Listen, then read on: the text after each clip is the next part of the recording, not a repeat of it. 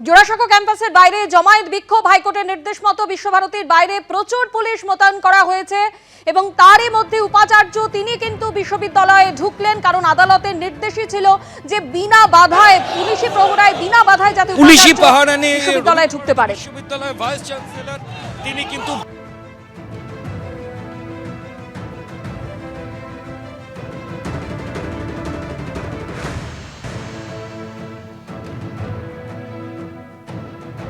ভুতুড়ে ভোটার বিতর্কে তোলপাড় চলছে রাজ্য রাজনীতিতে।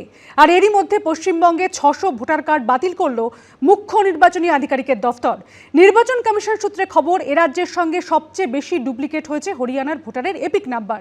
তালিকায় পরেই রয়েছে গুজরাট ও অসমের নাম। 26-এর বিধানসভা ভোটের আগে পশ্চিমবঙ্গে মাথাচাড়া দিয়েছে ভুতুড়ে ভোটার বিতর্ক।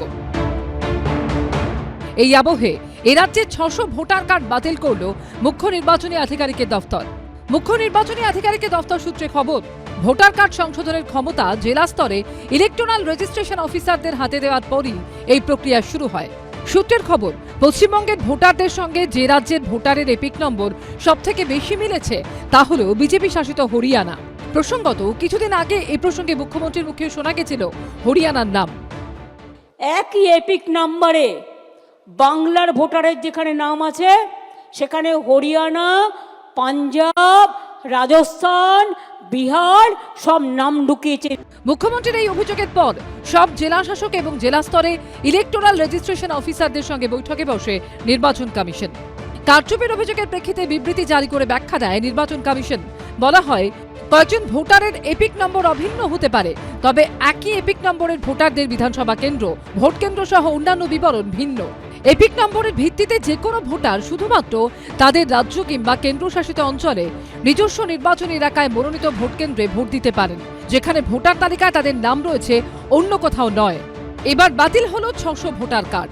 এটা মুখ্যমন্ত্রী অলরেডি বলে দিয়েছে, আবার আমি আপনাদের রিপিট করছি, হরিয়ানা থেকে, গুজরাট থেকে বিজেপির ক্যাডার নিয়ে এসে ভোট করতে দেব না, ইনফ্রাস্ট্রাকচার নেই, আমরা প্রতিরোধ করব। ইলেকশন কমিশনে বলছি, এরপরে পলিটিক্যালি দাঁড়াবো। যেখানে নন বিজেপি সেখানে নেই, যেগুলো বিজেপি স্টেট সেইখানকার সাথে মিল আছে। ঠাকুর ঘরে কে, আমি তো কলা খাইনি, কি করে হচ্ছে? অন্যান্য রাজ্যের সাথে পশ্চিমবাংলার বিষয়টা সম্পূর্ণ আলাদা। তৃণমূল কংগ্রেস এই ভুয়ো ভোটারের দাবি তুলে হিন্দিভাষী ভোটারদের নাম কাটতে চায়, আর ইলেকশন কমিশনকে এই রাজ্যে আরও বেশি বিষয়টাকে অনুবীক্ষণ যন্ত্র দিয়ে দেখেই কাজ করতে হবে।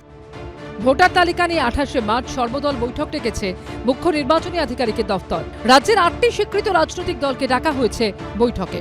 রুমা পাল, দীপক ঘোষ ও অর্ণব মুখোপাধ্যায়ের রিপোর্ট, এবিপি আনন্দ।